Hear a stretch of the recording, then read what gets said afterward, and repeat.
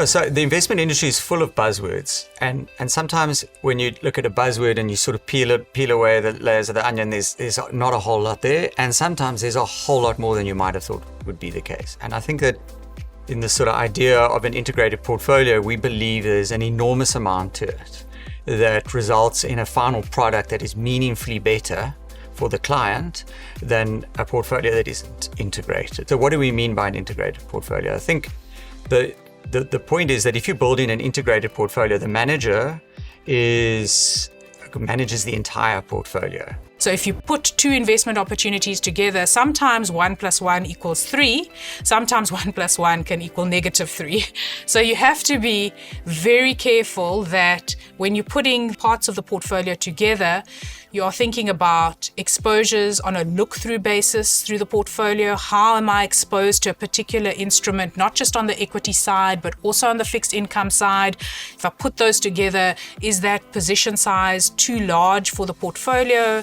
Is it too risky for the portfolio? And that can only come if you are working together, if you're thinking about the portfolio on an integrated basis. When I joined the industry, a balanced fund could have 15% of its allocation offshore. And the offshore allocation was very much bolted onto a domestic portfolio, a domestic balanced fund. Every few years, that 15% was moved up with a very dramatic and wholesale change 2 years ago that took you from 30 to 45%. So now you can have almost half of a South African's balanced fund, pre-retirement capital offshore. And that changed the game. You're having to think about not just selection risk, you're having to think about managing currency risk. You're having to think about the unintended consequences of putting different instruments together in the portfolio. So you might think you're having to think about look-through exposures.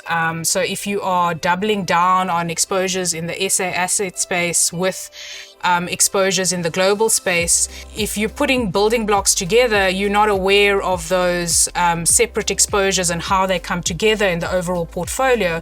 But if you manage the portfolio in an integrated manner, you are able to think about those exposures from a holistic point of view and manage exposures so that you don't take unintended risks or unintended bets in your portfolio. Because we run integrated portfolios, we've been doing so for 30 years,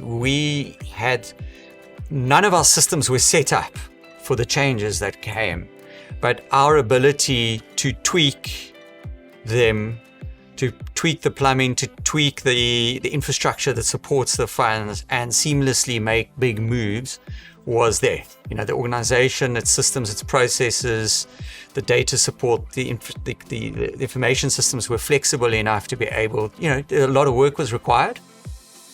All of us had to put a lot of effort in those first few weeks, months, but we were able to execute immediately. It is a team that is collaborating with each other on investment ideas. We sit in an open plan office. For the most part, our global team is based in South Africa. It's based in Cape Town. We sit on the same floor.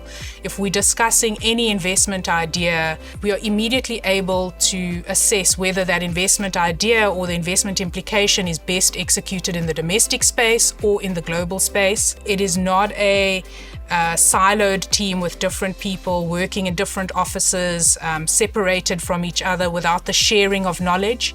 The sharing of knowledge happens across different aspects of the capital structure of a company. So an equity analyst will collaborate with a fixed income analyst. The big challenge that a lot of domestic managers face is that they are experts in the domestic market, but don't have the resources or the experience in global markets to build a credible global multi-asset class funds. And fortunately for us, we started the process of building out global funds and building out global teams, research capabilities 15 years ago.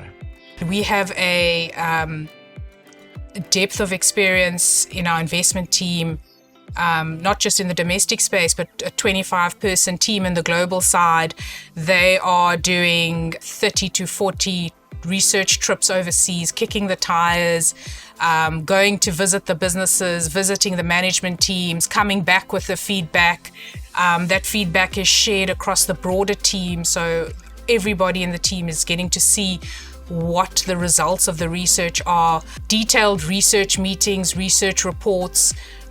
All of those are producing the information that we as portfolio managers need to select the instruments. And so we today have all the key asset classes and all the key geographies covered. We've been there for more than a decade. We have demonstrably delivered value by outperforming underlying markets, demonstrably delivered value in active asset allocation. So for us, it was really just a case of changing the amounts we had invested in the various markets. Coronation's always built its investment process philosophy, the kind of people it hires on a generalist basis. We tend not to make investment professionals specialists that just cover one industry. We've always created this culture of generalists where people are able to price assets across sectors, across asset classes. It's served us very well in building out multi-asset class funds. And so in many ways, we were very well positioned for the changes that our industry has seen over time, because these were disciplines and skills that we already valued, that we had already developed over many years. It was just a question of shifting allocations, really.